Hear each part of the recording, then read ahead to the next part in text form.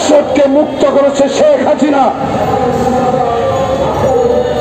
তাই আমরা দৃঢ় চিত্তে বলতে চাই, আমরা বিচারের পক্ষে। নতুন দলের নাহিদ আপনার রক্তের সহযোদ্ধার রক্ত অর্জিত এই স্বাধীনতা অনুগ্রহ করুন। নতুন দল নিয়ে মাঠে মাঠে যান, গ্রামে গঞ্জে যান, পৌরসভা যান, উপজেলা যান, জেলা সদরে যান, বিভাগে যান, নিজের জনপ্রিয়তা যাচাই করুন। আসুন, ভাইয়ে ভাইয়ে আর রক্তক্ষরণ করতে চাই না। গণতন্ত্রের জন্য একই মাঠে থাকি, স্বাধীনতা রক্ষার জন্য একই মাঠে থাকি। মত ভিন্ন হতে পারে, কিন্তু লক্ষ্য এক, 18 কোটি মানুষ, লক্ষ্য এক গণতন্ত্র, লক্ষ্য এক আমার ভোটে সংসদ হবে, সেই ভোটে সংখ্যাগরিষ্ঠতা সরকার গঠন করবে। এই লক্ষ্যে আসুন, আমাদের মধ্যে আর মতবিরোধ নয়।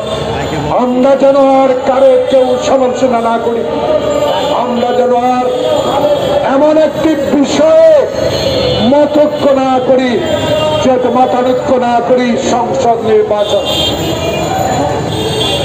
সকল সমস্যার সমাধান ওই জাতীয় সংসদ স্পিকারের সভাপতিত্বে হবে।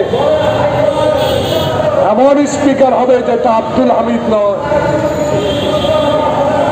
এমন স্পিকার হবে, সিলেটের কি নাম, আমার সময় স্পিকার ছিল, হুমায়ুন সাহেবের মতো নয়, হুমায়ুন রশিদের মতো নয়।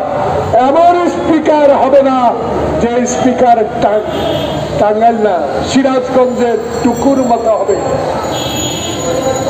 তাই আজকে অনেক সময় ক্ষেপণ করেছি, অনেক কথা বলেছি। প্রিয় সাংবাদিক বন্ধুগণ, রাজনৈতিক জীবনে অহংকার করি না। আল্লাহর দরবারে যা পেয়েছি এটাই আমার সবচেয়ে পাওয়া। আমার নেত্রী বেগম খালেদা জিয়া 5 বার এমপি করেছে, একবারও হারি নাই। পর পর মানুষ এলাকায় গেলে বলতো, যদি আবার 2014 হতো, 2018 হতো, 2024 হতো, 8 বার এমপি হতেন। সেটা হতো কি হতাম না সেটা বড় বিষয় না, কিন্তু মানুষের কথা তো একটা, হাসিনা তো ভোট দেয় নাই। 2014 সালে হাসিনা আমাদের আন্দোলনকে স্তব্ধ করার জন্য অনেককে ব্যবহার করেছেন। তাদেরকে এখনো আমি 2-1জনকে বিভিন্ন খানে দেখতে পাই। দয়া করুন, অনুগ্রহ করুন, এদেরকে আইনের আওতায় আনেন। দেশে আপনার সুনাম যাতে চিরজীবন মাটির নিচে চলে গেল। মাওলানা ভাসানীর নাম যেভাবে উল্লেখ করেছি, আপনার নামটা যেন আমার প্রজন্ম, যারা ছাত্র দল বসে আছেন, যুব দল বসে আছেন, তৃণমূল নাগরিক বসে আছেন, এরা যেন এখান থেকে চিৎকার দিয়ে বলতে পারে, ডক্টর ইউনূস আপনার জন্য দোয়া করেছি। পৃথিবী যতদিন থাকবে ততদিন আপনার নাম সন্ন্যতকারী লেখা থাকবে, যেই নামটি শাহাবুদ্দিনের এখনো উল্লেখ করতে হয়। তাই আপনার কাছে অনুরোধ, আসুন, দেশে স্থিতিশীল করতে জাতীয় সংসদ নির্বাচন অপরিহার্য, সেদিকে এগিয়ে যান।